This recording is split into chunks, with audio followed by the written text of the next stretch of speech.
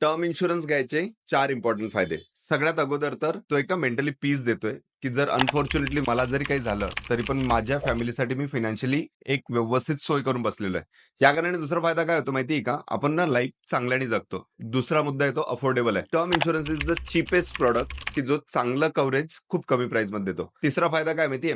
Transparent आहे. प्रॉडक्टमध्ये काही खूप घिसघिस नाहीये. प्रत्येक गोष्ट ईच अँड एव्हरीथिंग तुम्हाला माहिती असतं, की कुठपर्यंत पेमेंट करायचं आहे, केव्हापर्यंत मला कव्हरेज आहे, जर काय झालं तर काय मिळेल, काय नाही झालं तर काय मिळेल.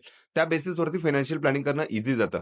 आणि चौथा आणि इम्पॉर्टंट फायदा काय आहे माहितीये? हा तुम्हाला एटीसी मध्ये टॅक्सेशनसाठी पण मदत करतोय.